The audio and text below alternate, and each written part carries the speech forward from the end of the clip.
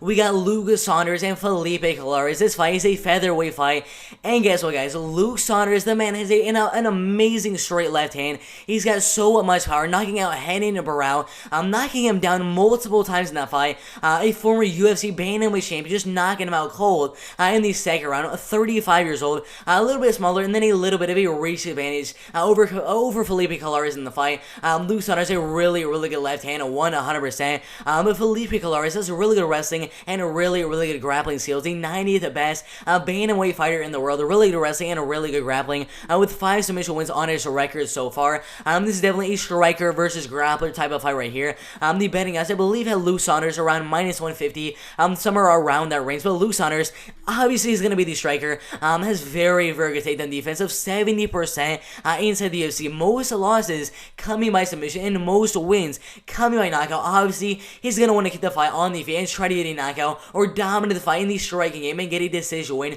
Very accurate striker. His disadvantages, in my opinion, in the ground game, in the clinch. That is the main way he's going to have the disadvantage in the fight. And Felipe Colares, if he can get a takedown on top of Luke Saunders in the fight, that'd be a really good thing for Felipe Colares. Because if the fight stays on the feet, I'm going to say it right now, Luke Saunders is going to win the fight 100%, no doubt about that. But Felipe Colares, a really good wrestler and a really good grappler, needs to take the fight to the ground or he will lose the fight by knockout or by unanimous decision. A really solid takedown skills. His accuracy isn't really too good at only 30% inside the UFC, but you watch him every single time, goes for 8, 9, 10 takedowns in every single fight. If he doesn't get the takedown, he'll keep going over and over again until he gets you down. He'll just keep on going. He's relentless with his takedowns. And if he gets one on Luke Saunders, it's going to be a really good thing for Felipe Colares in the fight. But Luke Saunders, his striking is amazing. A hard, fast body case, a solid calf case as well in the first round. The first round is really good for him to land those inside calf kicks and damage his opponents in the later rounds.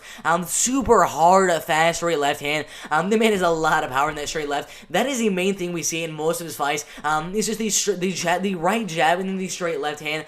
It's deadly. I mean, most of his wins coming by knockout. Again, in this fight, he's trying to get another knockout win over Felipe Colares. Should be very interesting right here. I am going to be going with Luke Saunders here in the fight, just because his striking is a little bit better than Felipe Colares with that straight left hand, with his body kicks, with his calf kicks.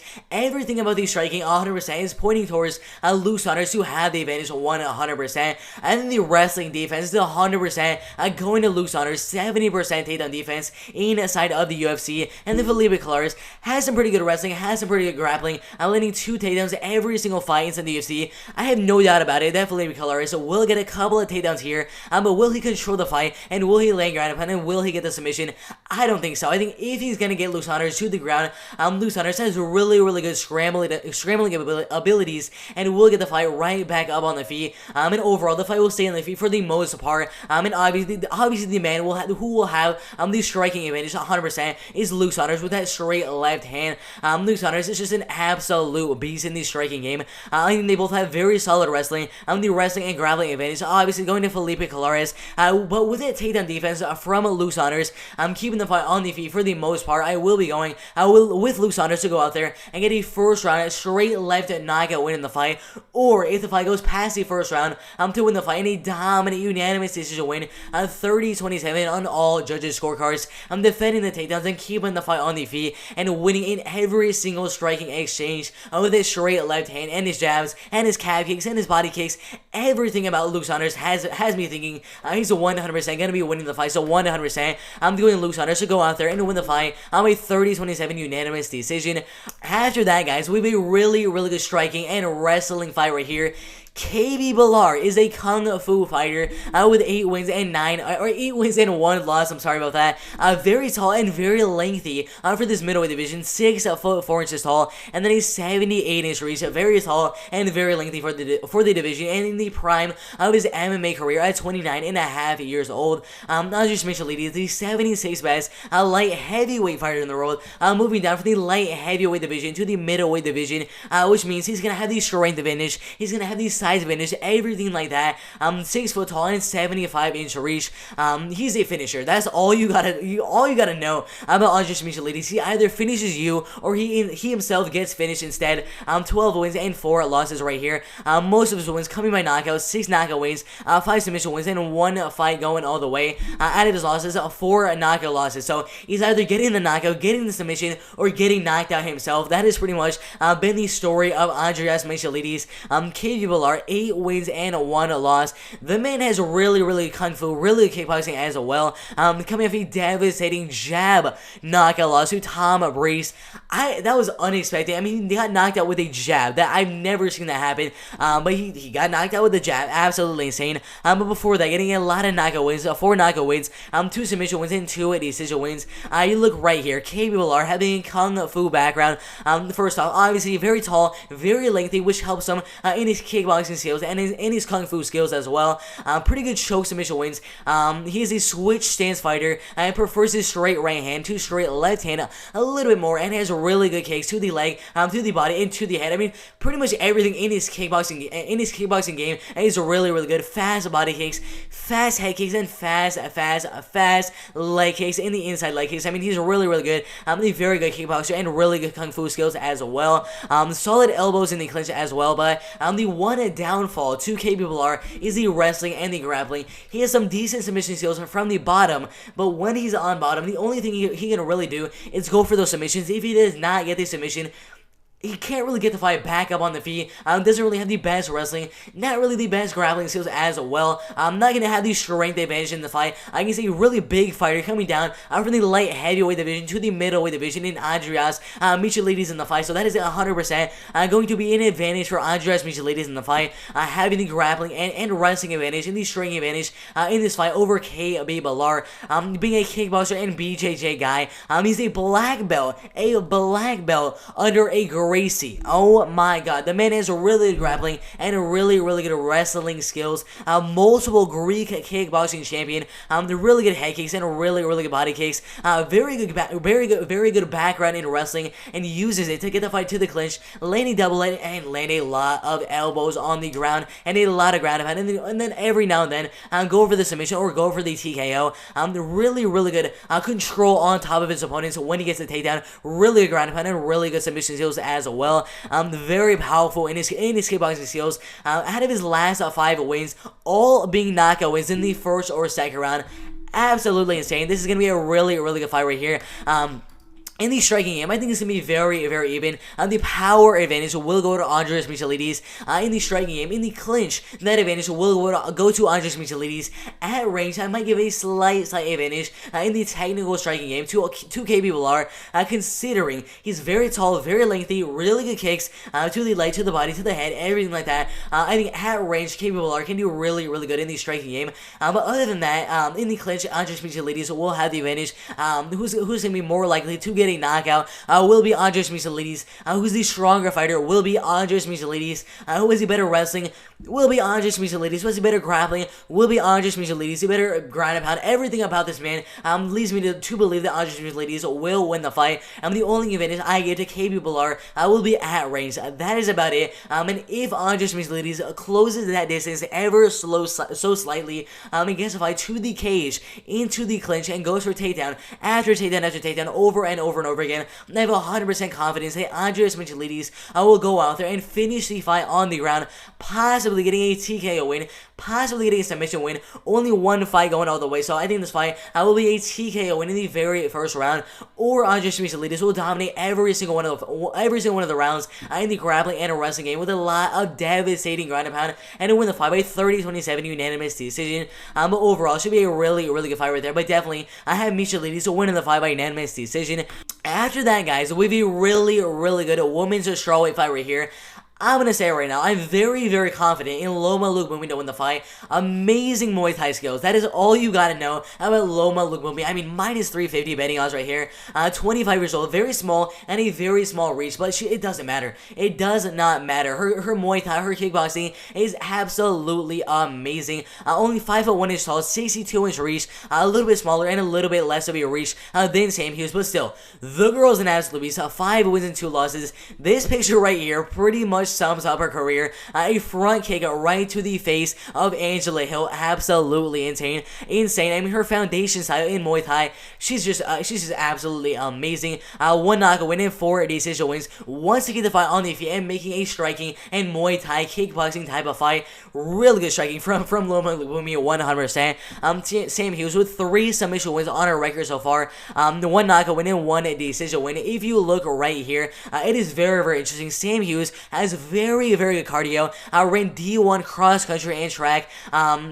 In the longer distances, she ran the 5K, in the 10K, all those longer distances, which shows she has a really, really good cardio and can go to the later rounds and look the same in the first round as she does in the later rounds in most of her fights inside of the UFC. It's just a blue belt in BJJ, really good grappling. I'm getting 3 submission wins on her record so far. I'm a guillotine, a rear naked, and armbar submission win. She's very good at kickboxing. Again, not as good at kickboxing as Loma Lubumi, but still very, very good kickboxing and really good straight left jabs as well. This is the one thing I saw in most of her fights. Does not do good under pressure, 100%. We saw the fight with Tisha Torres. Tisha just put on the pressure in that fight, backed her up against the cage and just went boom, boom, boom, boom, boom, boom, boom, boom. As much shots as she can land, she just kept on throwing and throwing and throwing. In this fight with Loma Lubumi and Sam Hughes, Loma Lubumi needs to pressure the heck out of Sam Hughes to the cage and just go boom, boom, boom, boom, boom, over and over and over again. That is a big weakness I've seen from Sam Hughes in most of her fights in the regional scene, and now inside the UFC with Tisha Torres. She will have the height advantage, she will have the reach advantage.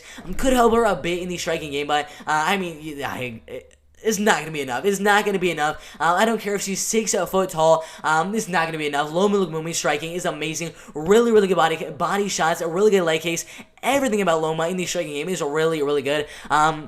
And look right here, super good takedown defense and really good scrambling abilities inside the UFC. Has very good takedown defense. I believe around 85 to 90% takedown defense inside of the UFC, which is really good. Amazing striking accuracy of 52% against Angela Hill, a top 15 women's strawweight fighter in the world. I mean, the striking differential was only by 5. And guess who had more strikes in that fight? Loma Lubumi had more strikes than Angela Hill, landing a lot of good leg kicks, a lot of good body shots, and a lot of good strikes to the head of Angela Hill. 50% to the head, 25% to the leg, and 25% to the body of Angela Hill. A really good and close performance against a top 15 fighter inside the UFC. And if she can go that close in the striking game with a girl like Angela Hill, what's she gonna do to Sam Hughes? I mean, come on, man. I'm 100% going with Loma Lubumi 100% to win the fight. I'm a 30-27 unanimous decision. She's way better kickboxing, way better Muay Thai. Really good takedown defense, really good scrambling abilities, and a really good submission defense. Everything about Loma Lubumi, she's an absolute beast. I definitely have her winning the fight in the striking game, defending the takedowns, keeping the fight on the feet, and dominating Sam Hughes and pressuring her a lot in this fight against the cage. Just going boom the entire fight, and overall I have Loma Lubumi going out there dominating the fight from start to finish and winning the fight by 30-27 unanimous decision, 100%. Loma Lubumi is an absolute beast. But after that, guys, we have Kai Kamaka III and TJ Brown. This fight is a featherweight fight right here. Both fighters are really good wrestling. That's all I'm going to say. But TJ Brown also has some really good power in his hands. 14 wins and 8 losses so far on his record. You go down here, 9 submission wins, 4 knockout wins, and 1 decision win. Really good wrestling and really good grappling skills. Kai Kamaka III, only 1 knockout win on his record, I believe. 0 knockout wins. I am sorry about that. 0 knockout wins, not a lot of power. 1 submission win and 7 decision wins. Not much of a finisher, but has been finished a couple of times so far. 2 knockout losses in his career so far. 8 wins and 3 losses. Both fighters with really good wrestling and grappling skills. That is for sure. But Kai Kamaka III is a kickboxer and a wrestler and grappler. Likes to get you down, and he likes to grind you on the ground for 3 straight rounds. But his striking is very good inside of the UFC. Uses a really good kickboxing skills to land 6 6.5 strikes every single minute. That is amazing. Every 10 seconds is landing a significant strike, which is really, really good. And landing at a really good accuracy rate of 60%, which is really, really good. He has a purple belt in BJJ, loves to grind people on the ground, take it down, ground and pound you, and look for the TKO win. Although he doesn't have any TKOs, he doesn't have any, other than that one submission win, he doesn't really have any finishes.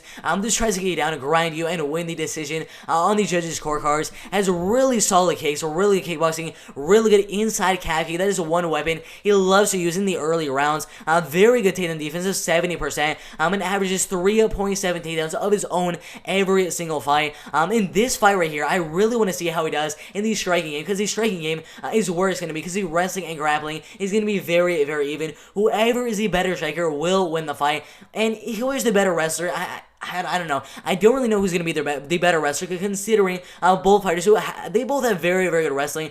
They both landing 3-4 takedowns every single fight inside the UFC, so I'm not really too sure who has the wrestling advantage. So in my opinion, whoever has the better striking and the better clinch work will win the fight. But TJ Brown, the grappler and a wrestler, going to have a humongous height and reach advantage in the fight, which will help him close the distance and go for a takedown and clinch up against Kai Kamaka and trying to get the fight on top of Kai Kamaka and look for the ground and pound and look for the submission. 9 submission wins on his right here by arm triangle choke and a rear naked choke submission. Really good submissions on the bottom and a really, really good rear naked choke submissions from the back.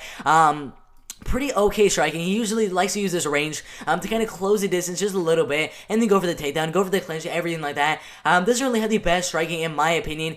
Just straight up, if this fight was a kickboxing or Muay Thai type of fight, I would 100% have Kai Kamaka III winning the fight by unanimous decision. But there is that wrestling and grappling factor mixed in. Obviously, it's mixed martial arts for a reason. 5 takedowns every single fight inside the UFC and an accuracy rate of 60%. So the grappling and wrestling from both fighters is very, very even. So in my opinion, as I said at the beginning of this video, whoever has the better striking will win the fight. And in my opinion, Kai Kamaka III is a little bit more powerful, a little bit faster than TJ Brown is. He has very good calf kicks, so really good body shots, a very, very good kickboxer for sure. And then TJ Brown really tries to focus on his grappling and wrestling in most of his fights. So I think in this fight, TJ Brown is going to go for a lot of takedowns, and Kai Kamaka III is going to defend a lot of takedowns in the fight. I won't be surprised if TJ Brown gets on top of Kai Kamaka III and gets a TKO win or gets a submission win if he does end up getting on top of Kai Kamaka III. But in my opinion, I think the fight will go all the way, and Kai Kamaka III will defend the takedowns and defend the submissions from TJ Brown and ultimately win the fight by 29-28 unanimous decision. Because quite honestly, this is a really, really close fight in the featherweight division. Again, I would not bet on Kai Kamaka III in the betting odds. If you look at the betting odds for the fight, it's very, very close at -140 and then +122. I would not put a bet on Kai Kamaka III because if TJ Brown is the better wrestler here, which is very, very likely that he is, could get on top of Kai Kamaka III and just ground and pound and wrestle the whole entire time. He might have a slight wrestling, a slight strength advantage. Who knows? I really, right now, I don't know who has a wrestling and grappling advantage. So far, of the film I've seen from both fighters, it is neck and neck. I really don't know who has the advantage there, but in the striking game, I do have Kai Kamaka III having the advantage. So we'll see what happens here. But if the event happens that TJ Brown goes out there and gets a takedown in the first round, I'm immediately switching my prediction to TJ Brown 100%. It's just who's gonna have the better striking in my opinion, and I don't know who's gonna have the better wrestling. We'll have to see on Saturday. So we'll see what happens on Saturday for this really good featherweight fight right here. But we'll be going with Kai Kamaka III to win the fight with 29-28 unanimous decision. We have a Gabriel Benitez moving down from the lightweight division to the featherweight division. Gabriel Benitez, I am such a fan of this guy. 22 wins and 8 losses so far in his career. -210 as a moderate favorite. 32 years old. The man, this is insane. He's been fighting as a professional MMA fighter since 18 years old. That is absolutely insane.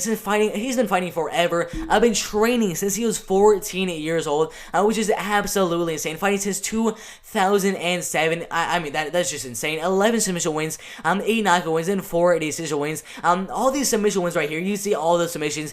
You kind of know him as more of a kickboxing type of fighter. But you look at the beginning of his career, he got a lot of submission wins. And after that, knockout, decision, knockout. Later on in his career, he more focused on his striking and his kickboxing skills, but also is a really tight guillotine choke submission. Jonathan Pierce a little bit taller, and then a little bit of a reach advantage in the fight.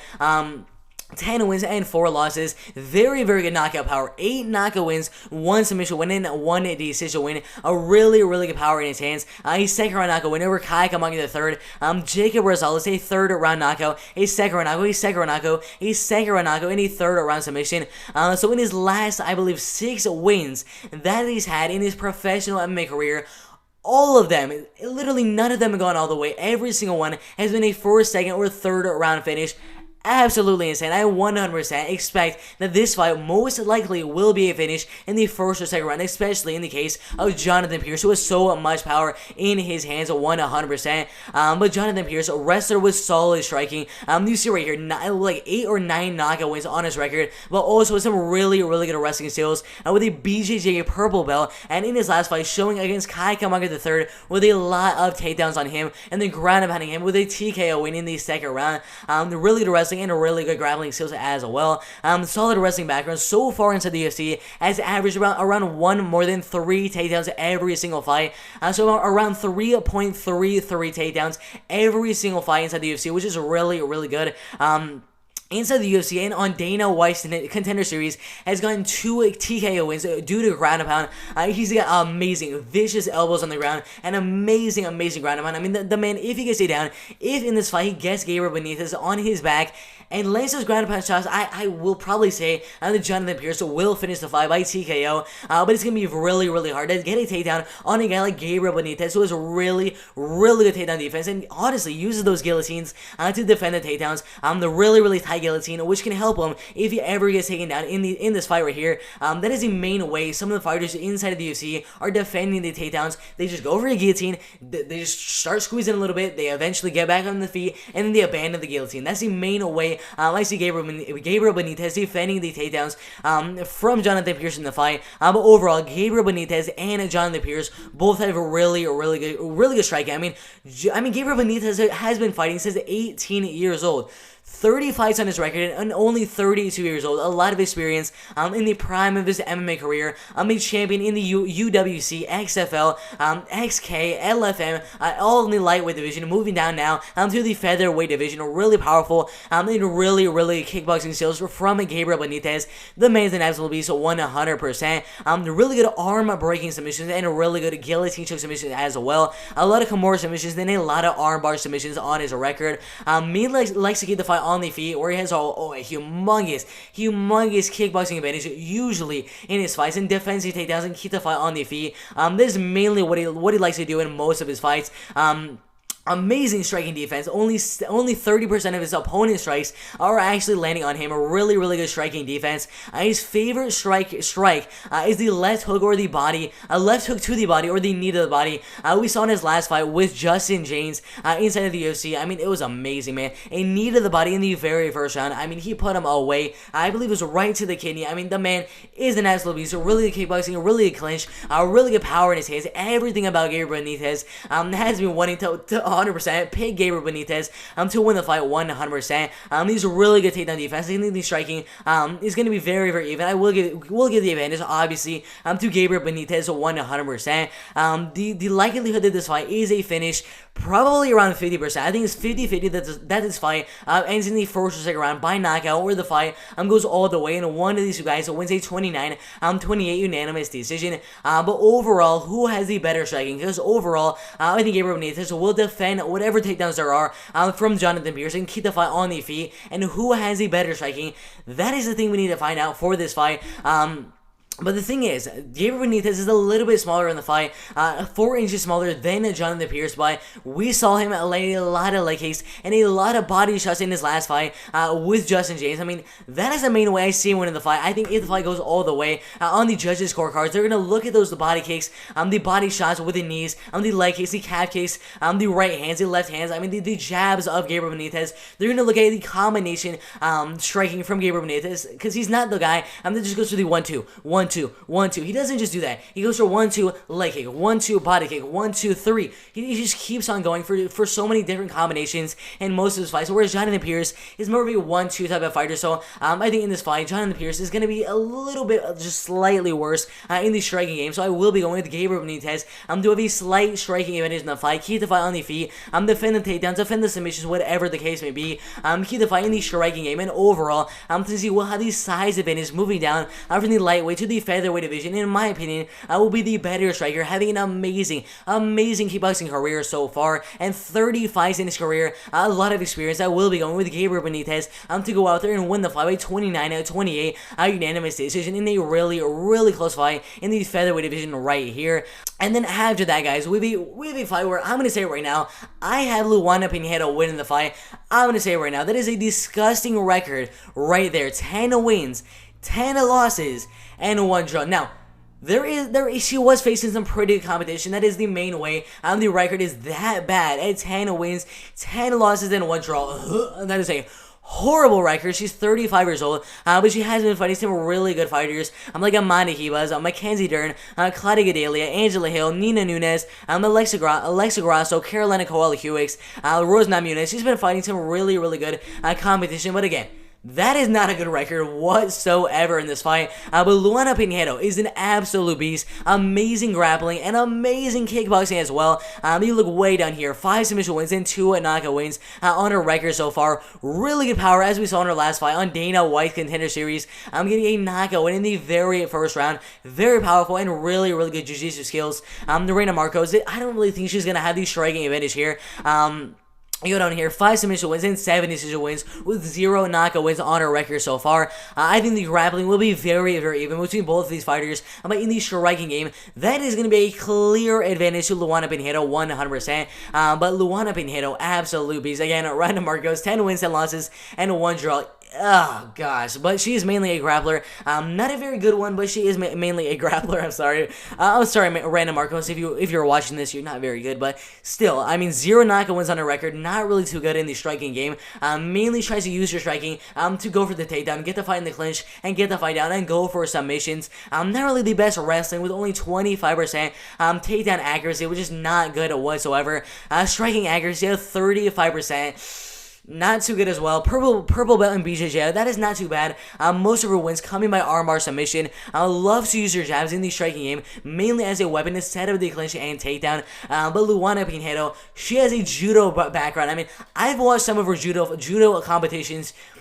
She is an absolute beast. I mean, obviously a really good wrestling and a really good judo skills, really good guillotines, a really good rear nakeds, and a really good armbar submission wins. In her last fight on Dana White Contender Series, showed amazing power with a first round knockout win. I mean, she's pretty much good everywhere. You look at everything about Luana Pinheiro, she's a really good wrestling, really good judo, really good grappling, really powerful striking. I mean, everything about Luana Pinheiro just screams. Of course, Luana Pinheiro is going to win the fight.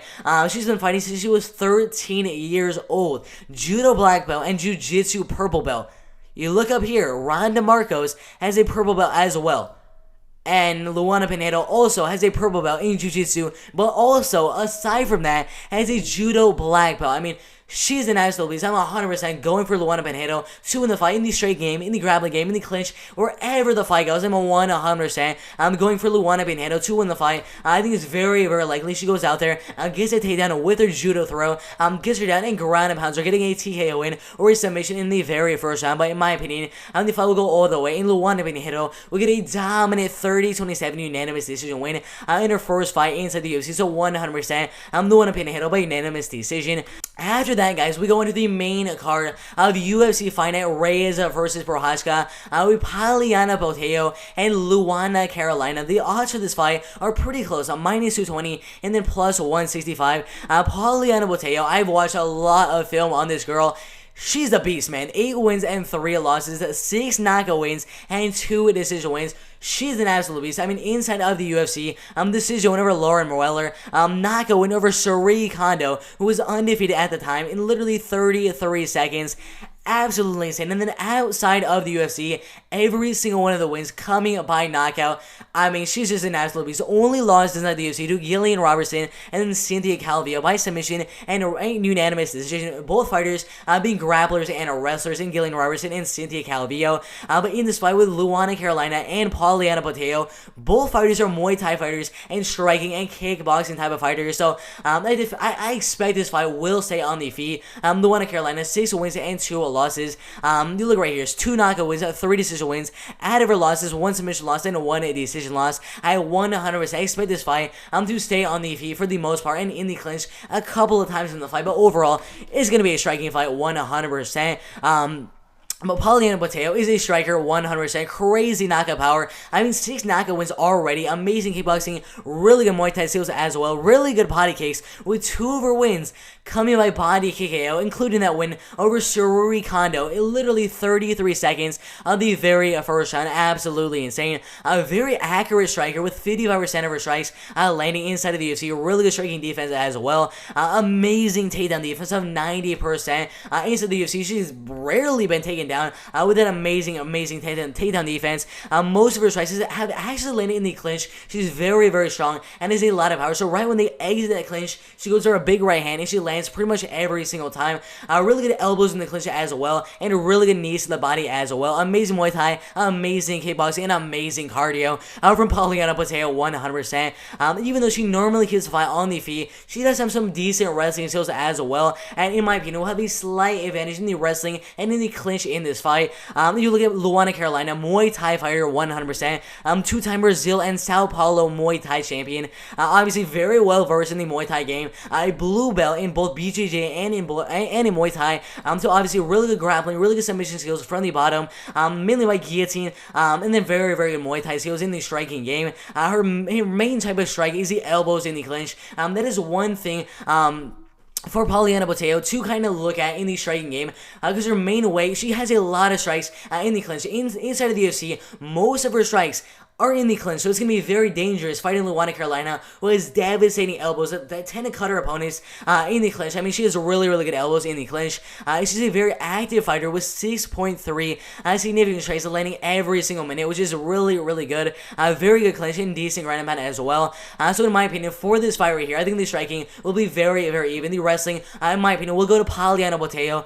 The grappling, the clinch will also be going to Pauliana Boteo. In the striking game, that's going to be really interesting. You look at the height and you look at the reach. Luana Carolina, a little bit of a reach advantage, but a little bit smaller than Pauliana Boteo. I'm like 2 inches right there, so not really much of a height and a reach advantage for either fighter in the fight. Honestly, I think the odds are a little bit off right here. In my opinion, I would have Pauliana Boteo around minus 180, minus 170, somewhere around that range. You just never know with a girl like Luana Carolina improving significantly every single time that she goes out there. Her Muay Thai looking better and better. Her clinch work is also looking better and better. So in my opinion, I think this fight will spend a lot of time in the clinch. Both fighters have very good shots in the clinch. I don't know, man. This is going to be a close one. I don't agree with the odds, just as I said before, at minus 220. I think it should be minus 170, minus 160. But I'm going to be going with Pauliana Boteo. I think she will have the clinch advantage, the strength advantage, the grappling advantage, the wrestling advantage. Pretty much all the grappling and clinch advantages will go to Pauliana Boteo in the fight. But in the striking game, honestly, it's going to be very even. I honestly don't know. They have very good striking from the both of them. The one that's most likely going to get a knockout would probably be Pauliana Boteo. If Luana Carolina were to win the fight, she'd keep the fight on the feet for all 3 rounds and play a technical, at-range type of striking fight. And Pauliana Boteo, if she were to win the fight, it'd probably be by knockout in the first round or in a 29-28 close unanimous decision win. It's a really close fight in the striking game. But overall, I will be going with Pauliana Boteo. Considering I think she will have the clinch, the wrestling, the strength, everything like that. I think all those advantages will be going to Pauliano Mateo, and the striking will be 50-50, very, very even. So overall, with the strength, with the wrestling, with the grappling, everything like that, I will be going with Pauliano Mateo to keep the fight very, very even in the striking game and overcome the striking and get the fight in the clinch and wrestle a little bit with Luana Carolina in the fight. So overall, I have Pauliano Mateo winning the fight by 29-28, unanimous decision, or by first round at TKO. I mean, Pauliano Mateo and Luana Carolina are both very, very good strikers, but I will be going Pauliano Mateo by unanimous decision. After that, guys, with a really, really good bantamweight fight, I have been looking forward to this fight for so long. It has been canceled multiple times already. It was canceled back in, I believe, December of 2020. I am so happy they're finally making this fight. Roddy Wallace-Vili and Cody Stamann. I do not agree with these odds. That's the first thing I'm going to say right here. I do not agree with these odds. Minus 240 for Roddy Wallace-Vili, and then Cody Stamann at plus 185. Don't agree. I think it should be more around the last fight, probably around minus 160, minus 170, somewhere around that range for Roddy Wallace-Vili, but the same height, and then a humongous, I mean, no one really ever talks about it, but Roddy Wallace-Vili is a really long fighter, 68-inch reach, and is going to have a 3.5-inch reach advantage in the fight. Obviously, you already know what he's trying to do out there, trying to get you down, and he's trying to grind you for 3 straight rounds. I believe he averages, 7, 8 takedowns every single fight, fighting into Sarah Jiu-Jitsu. The man's an absolute beast. I mean, really good wrestling, really good grappling. 9 decision wins, 2 knockout wins, and 1 submission win. Trying to get you down, and he's trying to destroy you in the grappling and wrestling game. I mean, Roddy Wallace-Vili, I mean, obviously, he's a wrestler. First off, I mean, the takedown cardio is amazing. I mean, for you to be able to get 7.7 takedowns every single time you go out there inside of the UFC, that takes a lot of cardio. It takes a lot of cardio to pick up someone and drop them down on the ground. That is a lot of cardio being wasted on those takedowns, but Roddy Wallace-Vili seems to have amazing cardio. I have no idea how he does it, but amazing cardio from Roddy Wallace-Vili. I mean, dude, 7.7 takedowns in every single one of his fights inside of the UFC. Obviously going to have amazing takedown defense, 1/6.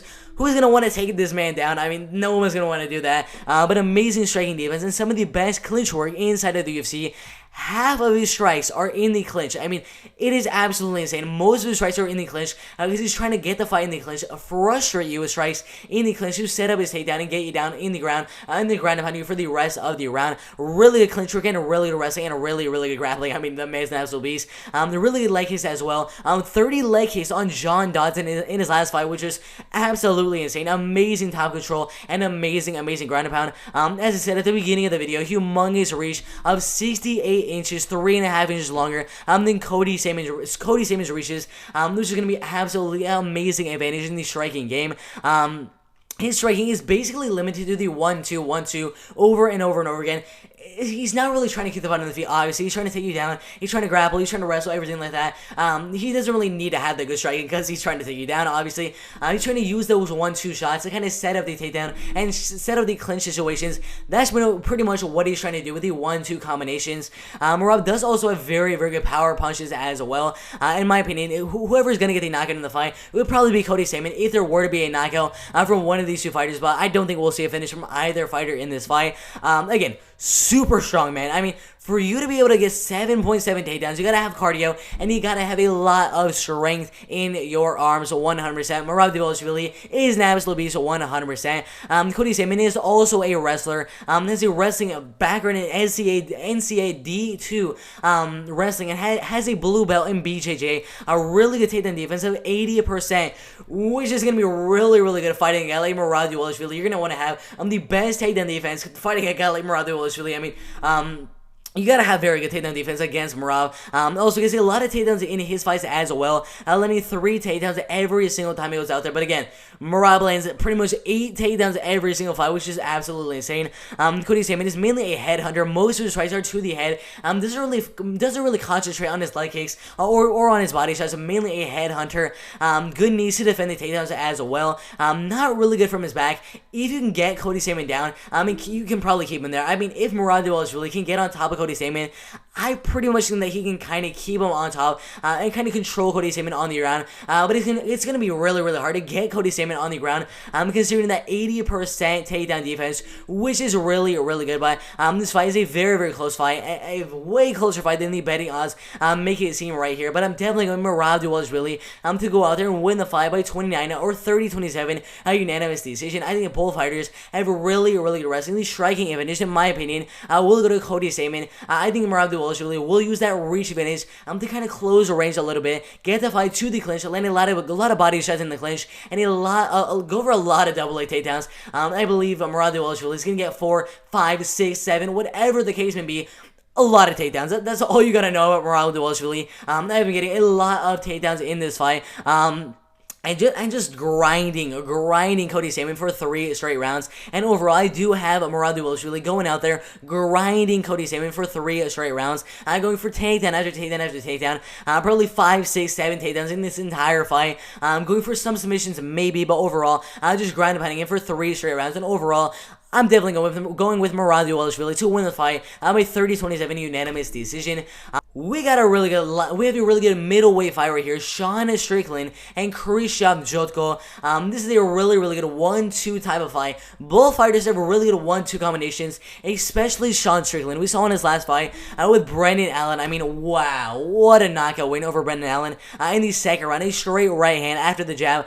Really, really good performance after that second round knockout win. A lot of knockouts on his record, 10 knockout wins, 4 submission wins, and 8 decision wins. A lot of power and a lot of really good elbows as well. But mainly, likes to focus on that 1-2 combination in most of the fights inside of the UFC. Super good power with almost half of his wins being knockouts in the first or second round. Not much of a submission game or a grappling game or a wrestling game, but does have some really, really good takedown defense and takedown accuracy of 81% and a takedown accuracy of 57%, which is honestly really, really good. 1.4 takedowns every single fight, considering, I mean, it's really weird he's going for takedowns, considering he's a really, really good striker, but super good striking defense with his opponents only landing around 35% of their strikes attempted on him. All 4 submission wins coming by rear and naked choke submission. I don't know, maybe it's another here. I don't know. Been training since he was 14 years old. He's been training for quite a while. 15 years of training MMA for Sean Strickland. Absolutely insane. Started his professional MMA career when he was 16 years old. A lot of experience. I mean, both fighters have a lot of experience with 22 wins and 3 losses, and 22 wins and 4 losses. Again, this is another one of the fights where I don't really agree with the betting odds. I mean, minus 250. That's a little bit too much. Again, I'd have Sean Strickland minus 190, minus 195, somewhere around that range. Again, I don't really agree with these odds, but I definitely will be going with Sean Strickland to win the fight. But it's going to be a really, really good striking fight right here. And then Sean Strickland has really, really good striking. Looks exactly the same in the first round as he does in the third round, considering the main thing he's trying to do is landing a 1-2, which it doesn't really take the most amount of cardio. But Krzysztof Jotko is also going to be a striker. Decent power with 5 knockout wins on his record so far, but not a lot of finishes. 22 wins, 4 losses. Most of his wins going all the way with 15 decision wins on his record so far. So overall, if Krzysztof Jotko were to win the fight, it'd likely be by unanimous decision. If Sean Strickland were to win the fight, it'd be by knockout in the first or second round, or win the fight by a dominant striking unanimous decision. But Krzysztof Jotko, a very technical striker, doesn't really throw much. I mean, you see how many strikes Sean Strickland throws in his fights. It's almost double the amount of strikes that Krzysztof Jotko throws in his fights, which is really, really interesting. But Krzysztof Jotko has a really good takedown defense and a really good takedowns of his own as well. 87% takedown defense, solid submission game, and no real grappling or wrestling game. Usually just uses the wrestling to kind of make an impression on the judges' scorecards. Solid cardio as well, and very, very good clinch work with knees up the middle and uppercuts up the middle in the clinch. But this is a good fight. This is a really, really good fight. Again, do not look at these odds right here. Those are insanely way biased odds. I think they're kind of falling into the hype for Sean Strickland. I mean, minus 250, that is way too much, especially on a guy like Krzysztof Jotko, who's on a 3-fight win over Mark Marial, Eric Anders, and then Alan Almondovsky. I would definitely not have the odds that much in favor of Sean Strickland, but I definitely still have Sean Strickland winning the fight, but not by that much of a margin. But Sean Strickland, a really good good fighter with the 1-2. I mean, he throws so many 1-2 combinations. I don't know how they haven't figured out like a way to combat that 1-2 combination, but every single fight, no one has figured out how to combat that 1-2. They're really, really good striking. 1-2 takedowns every single fight. He could use the wrestling, could use the clinch. I think the clinch advantage, a very slight clinch advantage at that. I would probably be going to Krzysztof Jotko with his uppercuts and knees in the clinch, but overall, at range, Sean Strickland is an absolute beast. He's going to consistently land that 1-2, and then a calf kick, and then a body kick. Just 1-2, 1-2, 1-2, 1-2, 1-2, 1-2, over and over and over again. Likely get a 1-2 knockout win in the fight. I think it's very likely we see a knockout from Sean Strickland here in the first or second round. In my opinion, maybe 35-40% chance that maybe possibly a 50% chance that Sean Strickland goes out there and gets a KO TKO win in the first or second round. But in my opinion, I think the fight will go all the way, and he will dominate the fight in the striking game, and hopefully defend the takedowns and defend the clinch situations from Krzysztof Jotko, which honestly is the main way for Krzysztof Jotko to win the fight, would be in the clinch and in the wrestling and grappling game. Overall, I think he will defend the takedowns, defend the clinch, and keep the fight on the feet, and overall, I have Sean Strickland dominating in the striking game, and overall winning the fight by 30-27 unanimous decision. After that, guys, we have an amazing, powerful puncher in the Hulk, in Ian Cutelaba, and the man's an absolute beast. We got Ian Cutelaba and Dustin Jacoby in the light heavyweight division. The first thing I'm going to say right here, Dustin Jacoby is taking the fight on short notice. That is definitely going to play a factor right here. Only like 1.5 weeks notice. As, I believe he was supposed to be fighting Devin Clark. That's the man he was supposed to be fighting. But now he's fighting Dustin Jacoby on short notice in the light heavyweight division. A really close fight on the betting odds right here, plus 110 and then minus 130. Dustin Jacoby being the older fighter at 33 years old, so a slight, very slight age advantage for Ian Cutelaba in the fight. But Ian Cutelaba, I mean, you look at any of his fights, man, he has so much power. I believe 12, 13, 14 knockouts on his record. I mean, so much power from Ian Cutelaba. 12 knockout wins, 2 submission wins, and 1 fight going all the way. Absolutely insane. A little bit of a reach advantage and a little bit of a height advantage for Dustin Jacoby right here. But Dustin has really good kickboxing skills. 14 wins and 5 losses. You go down here, you look at this. 9 knockout wins, 1 submission win, and 4 decision wins. Both fighters going out there and they are trying to finish you in the first or second round 100%. But Ian Cutelaba also has some really good wrestling and some devastating ground and pound, and elbows in the clinch are amazing from Ian Cutelaba 100%. But obviously, Ian Cutelaba is a power puncher with solid wrestling. He's trying to knock you out in the first round. If he does not get that knockout in the first round, he's going to play more of a wrestling and clinch-based game plan. He's going to be very tired after that first round, and will look to kind of implement more of a wrestling and grappling-based game plan. Very good power with 12 knockout wins out of 15 wins. That is so many wins. 80% of his wins coming by knockout. Absolutely insane. Really good elbows in the clinch and really good elbows on the ground. His ground and pound is vicious, like 4 or 5 TKO wins on his record so far. I mean, those wins for Khalil Rountree and Gadzhimurad Murabantagulov, absolutely insane. First on TKO, and then a first knockout in the clinch. I mean, absolutely insane. A very good takedown defense of 80%, and takedown accuracy is also really good of 71%. He is strong. That is the one thing about this man. He calls himself the Hulk for a reason. The man is super strong. Not the best grappler, but really good wrestling skills.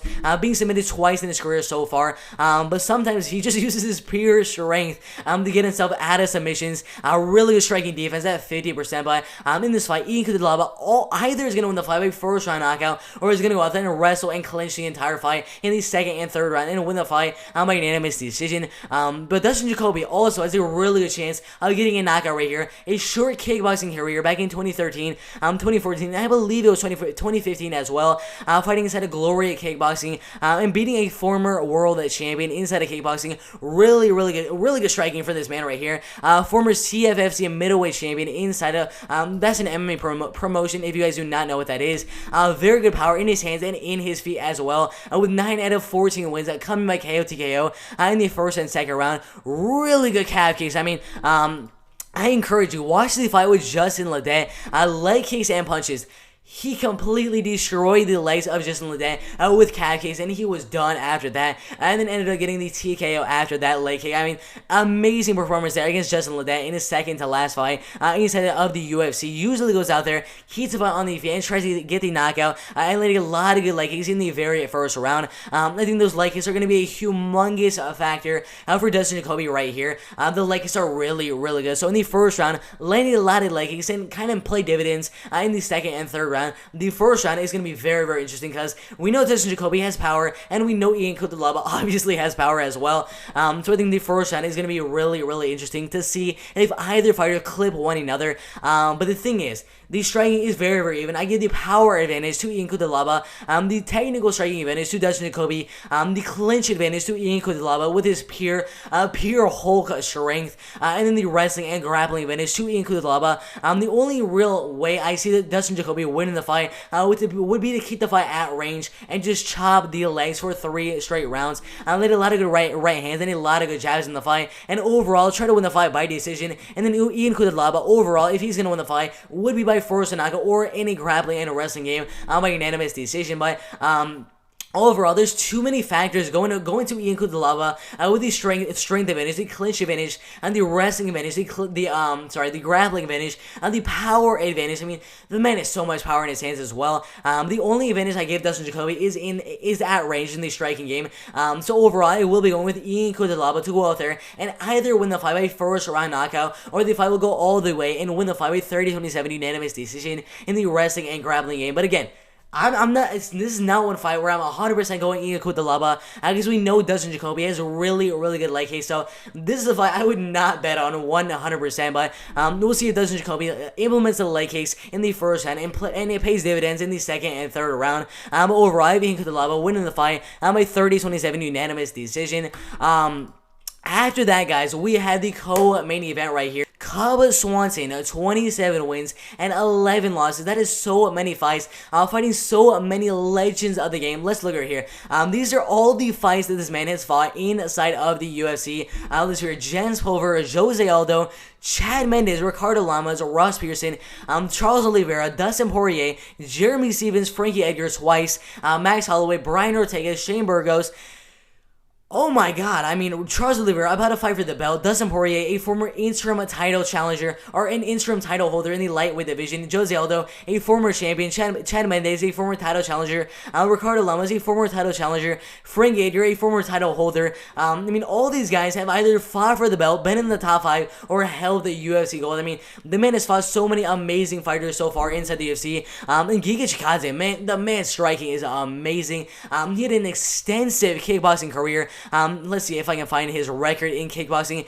It was amazing. 38-6 in kickboxing with 22 wins coming by knockout. The man's kickboxing skills are absolutely amazing. But both fighters have a lot of power in their hands. Giga Chikadze, only 32.5 years old, much taller and a much longer reach. 74-inch reach and a 6-foot tall, inch height over Cub Swanson. That is 4 inches taller, and then a 4-inch reach advantage in the fight. But Giga Chikadze looks like the future of the featherweight division. 12 wins and 2 losses. You go way down here. 7 knockout wins, 1 submission win, and 4 decision wins. Inside of the UFC, decision win, and then after that, looked amazing. Decision win over Erwin Rivera. Decision win in a dominant striking show against Omar Morales. Then the first round, a head kick knockout win over Jamie Simmons. The man, his kickboxing skills are absolutely out of this world, 100%.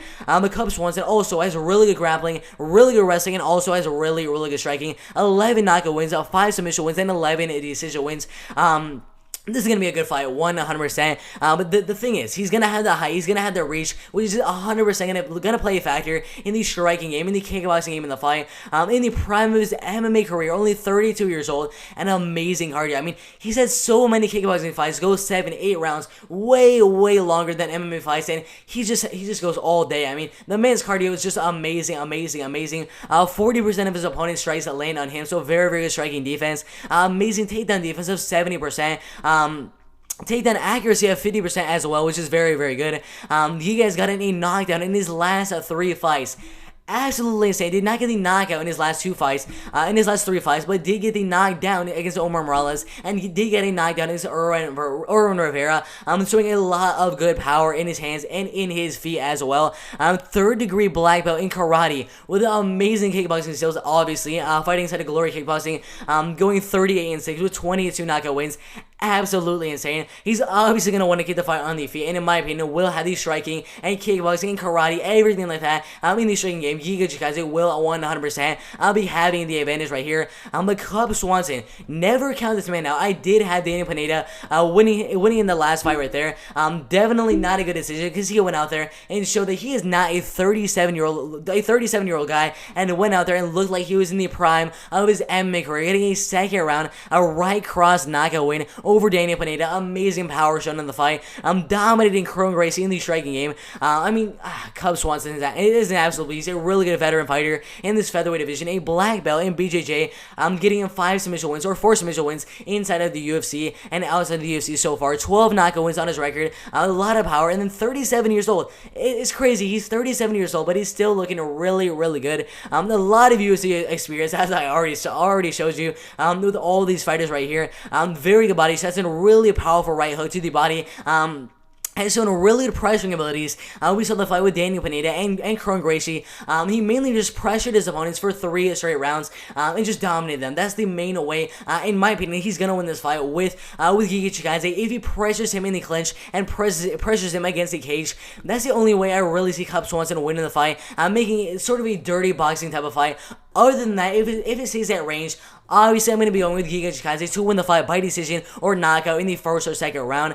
The summary right here, Giga Chikadze's takedown defense has improved so much since joining the UFC a couple of years ago. Obviously he's going to have this striking advantage at range 100%. His striking is so good, man. You can't count out Cub Swanson, but I will be going with Giga Chikadze to go out there, use his height and reach advantage. So 4-inch height and a 4-inch reach advantage in the fight, which is going to be a humongous advantage 100%. Going to landing a lot of good leg kicks, a lot of good body kicks, and a lot of good head kicks. The striking advantage is obviously going to Giga Chikadze 100%. So I will be going Giga Chikadze to keep the fight on the feet, making a kickboxing and Muay Thai type of fight right here in the co-main event. But ultimately, I will be going with Giga Chikadze to possibly get a knockout in the very first round, and most likely, in my opinion, winning the fight by 30-27 unanimous decision. Giga Chikadze and absolutely the future of the featherweight division 100%. And after that, guys, we have an amazing main event right here. The number 3 light heavyweight fighter in the world in Dominic Reyes, 12 wins and 2 losses. And then Yuri Procházka, 27 wins, 3 losses, and 1 draw. Both men have decent power in their hands. And when I say decent, I mean amazing. In terms of Yuri Procházka, 27 wins, 3 losses, and 1 draw. He either gets knocked out or he ends up knocking out his opponent with 24 knockout wins, 2 submission wins, and 1 fight going all the way. Absolutely insane. 2 knockout losses and 1 submission loss on his record so far. A lot of power and a lot of power and a lot of power. I'm gonna just keep on saying that he has a lot of power in his hands. That's the main thing about Yuri Procházka. The one thing is he keeps his hands very low, and Dominic Reyes has some pretty good power of his own. Could capitalize on that and getting nice right-handed, knocking Yuri Procházka out. Who knows? That is definitely a possibility for Dominic Reyes in the fight. But another thing is Yuri Procházka, an 80-inch reach, and then Dominic Reyes, a 77-inch reach right there. So a good reach advantage for Yuri Procházka in the fight. He's only 28 and a half years old, having double the amount of fights as Dominic Reyes has, being 3 years younger. Absolutely insane. More than 30 fights as a professional MMA fighter. Absolutely insane. Dominic Reyes on his only 2 losses in his MMA career, to Jan Blachowicz and John Jones by unanimous decision, and then second round knockout. Those are his only 2 losses to the reigning light heavyweight champion and the former light heavyweight champion. So, really good competition he's losing to. But this is going to be a really good striking fight between Yuri and Dominic Reyes. In my opinion, I'm going to say right now, either Yuri Procházka by 1st or 2nd round knockout, or Dominic Reyes by 4th or 5th round knockout. I think Dominic Reyes, if he can get past the onslaught in the 1st and 2nd round from Yuri Procházka, will come back in the 3rd, 4th, and 5th round and just dominate the striking show. Because Yuri Procházka does have some decent striking, but with all the movement movement that he does in most of his fights with his head movement. That's moving around the cage. Ultimately, it's going to lead him to tiring out in the first, second, third, or fourth round. In the fourth and fifth round, he's going to be very, very tired. So that is where I think Dominic Reyes will have the advantage in the fourth, third, and fifth round 100%. But Dominic Reyes is a wrestler with legit striking 100%. Really good boxing and loves his body shots 100%. 48 significant strikes against Jon Jones were to the body, which is just absolutely insane. Solid wrestling skills. He only achieves two takedowns so far inside the UFC. And his takedown accuracy has not really been too good at only 16%. So in my opinion, I know he has some pretty good wrestling skills, some pretty good clinch, and some pretty good grappling skills. But in my opinion, I think the fight will stay on the feet for 5 straight rounds. I don't really see Dominic Reyes implementing that clinch or wrestling game plan in this fight. He does have some really good takedown defense of 82% as well. He's outstruck every single one of his opponents inside of the UFC except for Jan Blachowicz, meaning he ended up outstriking Jon Jones. That is absolutely insane. Ended up losing the fight, a really, really close fight, but ended up outstriking Jon Jones in the entire fight. Absolutely insane. 2 knockout wins inside the UFC. The first one coming in 2 minutes of the very first round. Absolutely insane. Very solid cardio as well. Can go 5 rounds with the best of the best, like Jon Jones. I mean, that fight was absolutely insane. By the way, in the comment section below, put who you guys think will win that fight between Jon Jones and Dominic Reyes. I don't know. Could have went either way. It was a really, really close fight, but put that in the comment section below.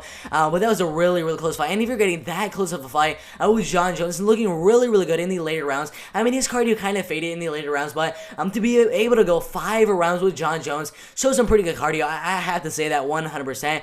2 very solid walk-off head kick KOs in his pro MMA career so far. These really good kicks and a really, really good boxing as well. Blue belt in BJJ. He doesn't really use it because he's only got 2 takedowns inside the UFC, but really good BJJ and some pretty good wrestling skills as well. Pretty good striking defense and pretty okay head movement. Lots of jabs and lots of body kicks and a lot of head kicks. Doesn't really utilize the leg kicks all too much in his fights, but a lot of good head kicks and body kicks in this fight so far. Procházka, I'm going to say right now, he will make you unconscious unless you're Jan Blachowicz, unless you're Jon Jones, and maybe unless you're Dominic Reyes. This is a really close fight. Could go either way, but the man pretty much makes every single one of his opponents either go unconscious due to submission or go unconscious because he just got punched in the face with a super powerful the right hand from Procházka. I mean, his right hand is so powerful. Arguably a top 3 most powerful fighter in the light heavyweight division of all time. I'll say it right now. Jan Blachowicz, Jon Jones, not Jon Jones. Jan Blachowicz and Procházka are probably the 2 most powerful punchers in the light heavyweight division. The man's got power 100%. Crazy movement. I mean, he moves around the cage so much. Really, really interesting head movement. But the thing is, he leaves his hands way too low, man. He leaves his hands right here and looks for the shots. Man, that's the one thing I don't like about Yuri. If he would just keep his hands up here, I would say right now, I have Procházka winning the fight by knockout, but he keeps the fight way down here. He keeps his hands way down here. Don't know why, man. That is definitely going to be a disadvantage because, I mean, Dominic Reyes is going to capitalize on those hands being really, really low with a lot of good right hand shots in the fight. But overall, top 3 most powerful punchers in my opinion. He is Jan Blachowicz, Sheshin brother, as he's Sheshin power with crazy total of 24 knockouts on his record, which is absolutely insane. Former Rising light heavyweight champion, beating guys like Volkan Oezdemir, CB Dalloway, Fabio Maldonado, Mohamed Lawal, Carl Bryson, and Vadim Nemkov, and then Darko Sosik. Look at all those guys, even outside of the UFC, facing UFC caliber competition. I mean, the man's an absolute beast, 100%. Solid cardio, but I give the cardio advantage probably to Dominic Reyes in the fight. Likes to make his opponents come to him. That is the one thing I like about him. He makes his opponents come to him because it's really dangerous going into that zone where Yuri can land that big right hand, but he wants him to come closer and closer and closer so he can time that big right hand and hopefully end up knocking you out in the first or second round. Again, he's going to have the 3-inch reach advantage. It's going to be a really good factor for Yuri in the fight. Very young, only 28 years old, having a lot of experience. Very unorthodox movement. I mean, his head movement, his movement around the cage is so unorthodox. I've never seen anything like it. Maybe Anderson Silva in the middleweight division. That's about it. This man's movement is absolutely insane. And then pretty okay wrestling defense and pretty okay grappling. In my opinion, I think the fight will stay on the feet. As I said at the beginning of this video, it's either a first round knockout win, a second round knockout win for Jiri Procházka, or a fourth round knockout win, or a fifth round knockout win. Sorry about that. For Dominic Reyes, those are the one or two things I really see happening in the fight. I do not think this fight will go all the way. I believe the betting odds that the fight will go all the way, like plus 300, something crazy like that. But I do not think this fight will go all the way. One of these two guys is going unconscious, 100%.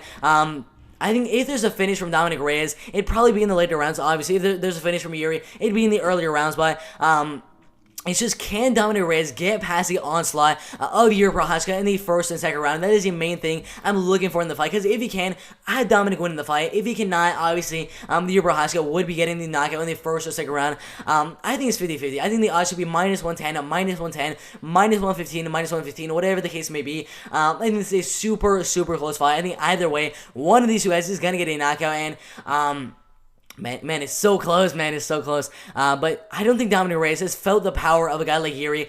Unless, other than Jan Blachowicz, that's the only other guy that can match the power of Jiri Procházka, and we all know how that went. Dominic Reyes got knocked out in the second round, did the chicken dance, and fell down and got TKO'd in the second round with a broken nose as well. So I think Jiri Procházka can do a similar thing to Jan Blachowicz and go out there, use his head movement, use his movement around the cage, and eventually time that right hand, and eventually knock out Dominic Reyes in the second or first round. I know it's a super close fight. If it gets past the second round, I will be going Dominic Reyes, but I don't think it will go past the second round. So overall, in the main event right here, for UFC Fight Night, Reyes versus Procházka, I have Jiri Procházka going out there, winning in his first fight, in a main event fight inside the UFC, on a first or second round knockout with a nice right hook on the jaw of Dominic Reyes, putting him out cold in the first or second round. So my prediction for the main event, Jiri Procházka by first or second round knockout, should be a really, really good fight right there.